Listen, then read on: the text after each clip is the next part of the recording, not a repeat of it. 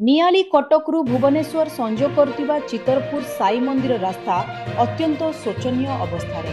प्रतिदिन हजार हजार लोक यातायात करुवा एही रास्तारे दुर्घटना आशंका बढ़ी। शीघ्र मरामती नहेले रास्ता रोक चेतावनी देइछन्ति स्थानीय लोके।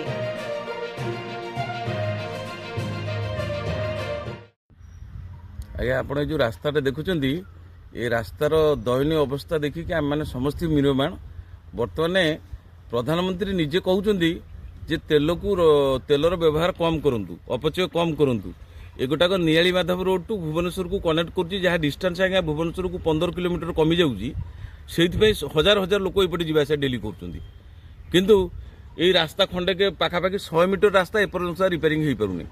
ये जो रिपेयरिंग न होती द्वारा कौन हो काल बैशाखी सन्ध्या बेला वर्षा आज्ञा जब हो जाऊँगी ताले कादुओ चकटार जो भाया अवस्था लोक खोसड़ी पड़ियार 3-4टा दृष्टांत अच्छी।